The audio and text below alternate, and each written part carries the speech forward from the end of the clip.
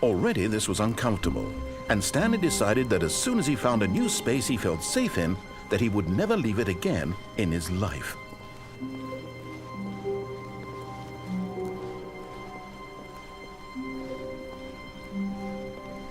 When Stanley came to a set of 2 open doors, he entered the door on his left.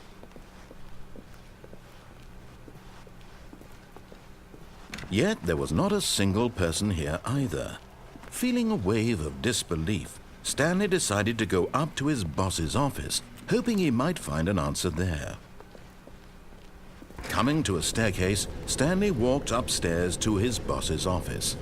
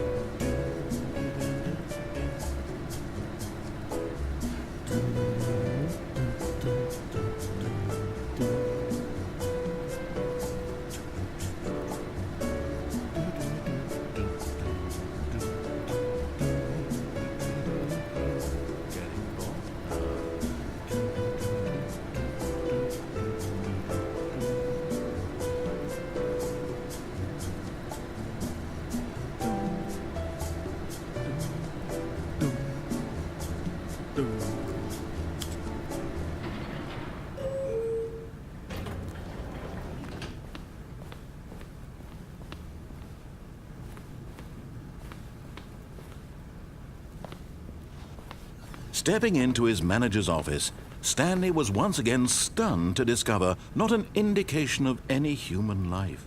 What could it mean? Stanley wondered aloud to nobody.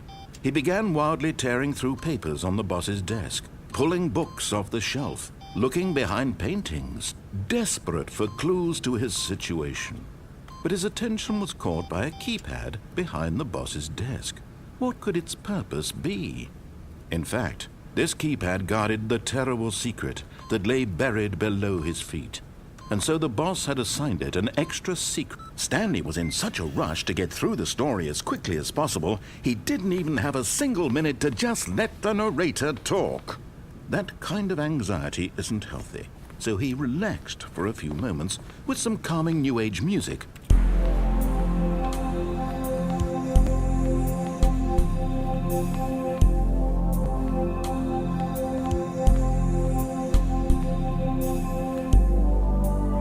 Feeling soothed and rejuvenated, Stanley calmly walked forward into the opened passageway.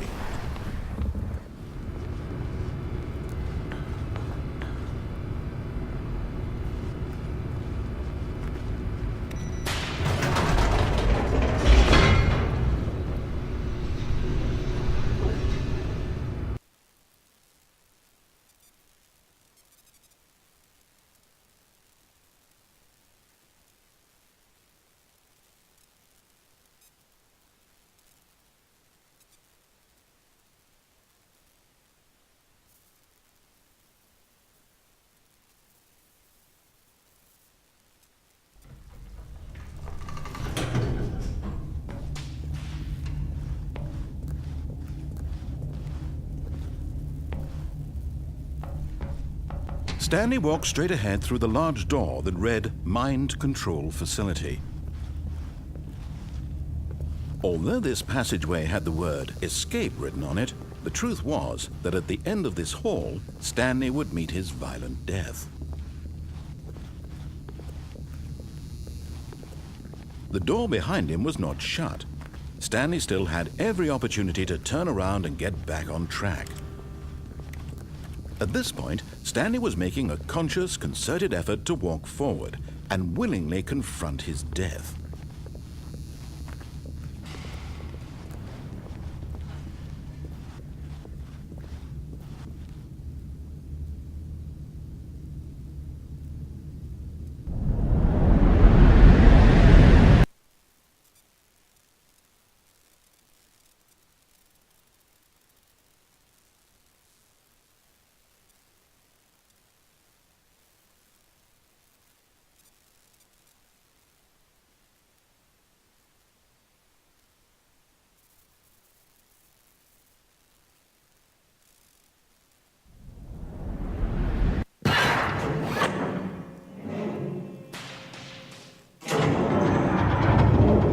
As the machine whirred into motion and Stanley was inched closer and closer to his demise, he reflected that his life had been of no consequence whatsoever.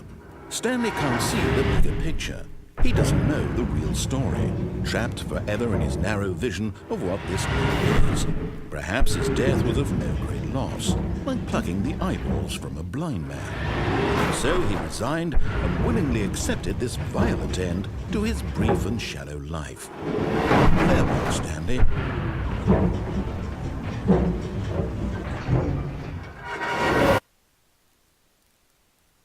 "Farewell, Stanley," cried the narrator, as Stanley was led helplessly into the enormous metal jaws.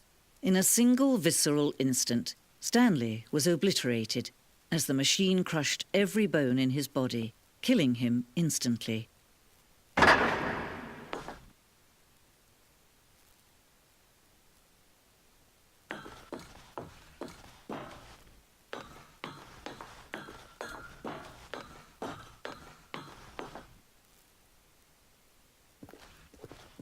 And yet it would be just a few minutes before Stanley would restart the game, back in his office, as alive as ever. What exactly did the narrator think he was going to accomplish? When every path you can walk has been created for you long in advance, death becomes meaningless, making life the same. Do you see now? Do you see that Stanley was already dead from the moment he hit start?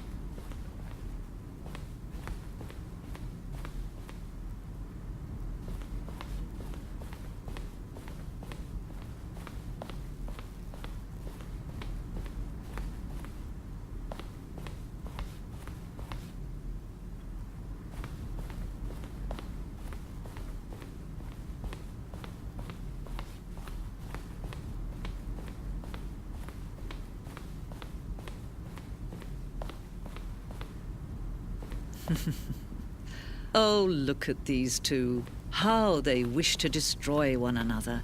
How they wish to control one another. How they both wish to be free.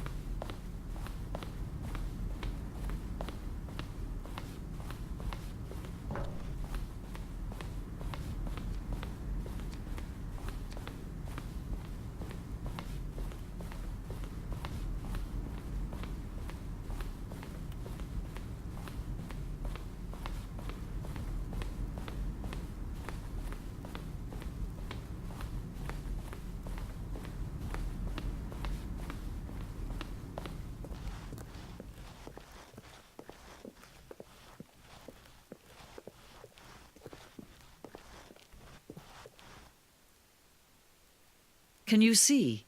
Can you see how much they need one another? No, perhaps not. Sometimes these things cannot be seen. But listen to me. You can still save these two. You can stop the program before they both fail. Push escape and press quit. There's no other way to beat this game. As long as you move forward, you'll be walking someone else's path. Stop now and it'll be your only true choice. Whatever you do, choose it. Don't let time choose for you. Don't let time...